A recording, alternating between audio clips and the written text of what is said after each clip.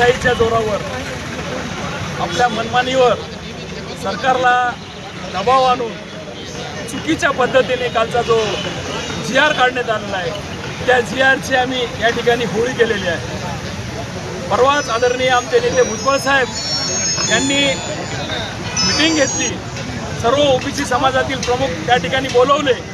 त्यानंतर आदरणीय मुख्यमंत्री साहेब, दोन्ही उपमुख्यमंत्री साहेब यांची भेट घेतली आणि त्यांना सगळे गॅजेट घेऊन दाखवले की ह्या गॅजेटमध्ये काय काय आणि काय काय. परंतु हे सरकार कुठेतरी गुंडशाहीच्या प्रेशरला बळी पडून कालचा हा GR त्यांनी काढलेला आहे.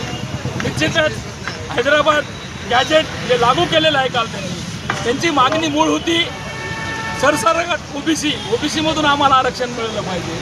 त्यांची दुसरी मागणी होती सगळ्या सोयऱ्यांची. परंतु हे काही शासकीय फेल करून त्यांनी OBCची या ठिकाणी फसवणूक केलेली आहे.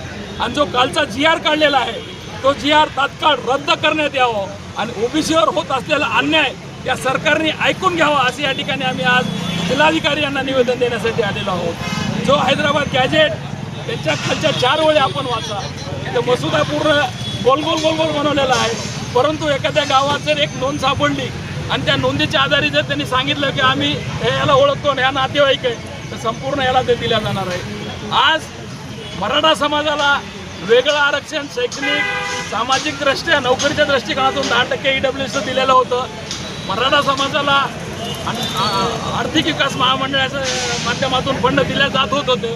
परंतु त्यांना फक्त राजकीय आरक्षण पाहिजे होतं आणि राजकीय आरक्षण घेण्यासाठी कुठंतरी कुणबीचा बेस करून आधार घेऊन आम्हाला OBCमध्ये यायचं आहे. आणि ज्या येणाऱ्या जिल्हा परिषद असतील, पंचायत समिती असतील, नगरपालिका असतील, ग्रामपंचायत असतील, इथं कुठंतरी गावाच्या एका कोपऱ्याला न्हावी समाज असेल, कुंभार समाज असेल, तेली समाज असेल, परीट समाज असेल, कुठंतरी एक सरपंच त्या ठिकाणी गावचा होत होता, कुठंतरी नगरसेवक होता, त्याला मान सन्मान मिळत होता, ते कुठंतरी त्यांच्या पोटात दुखू लागलं.